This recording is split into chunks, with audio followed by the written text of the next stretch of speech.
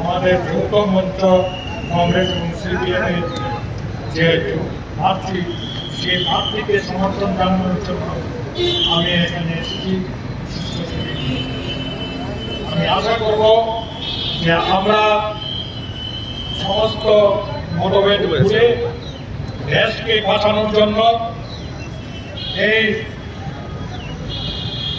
কিছু গুন্ডা বাহিনীর হাত থেকে দেশকে উদ্ধারের জন্য, বিশেষ করে ত্রিপুরাকে উদ্ধারের জন্য আপনারা আমাদের যে প্রার্থী যৌথ মঞ্চে অর্থাৎ কংগ্রেস সিপিএমের যে প্রার্থী, সেই প্রার্থী আশিস সাহাকে বিপুল ভোটাধিকারে আপনারা জয়ী করাবেন।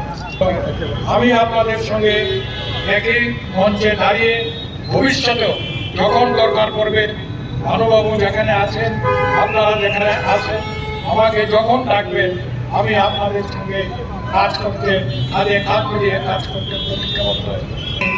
সবাইকে বলবো, ভয় ভীতি ছেড়ে বেরিয়ে আসুন এবং এই নির্বাচনে আমাদের প্রার্থীকে জয়ী করা সুবর্ণ সুযোগ।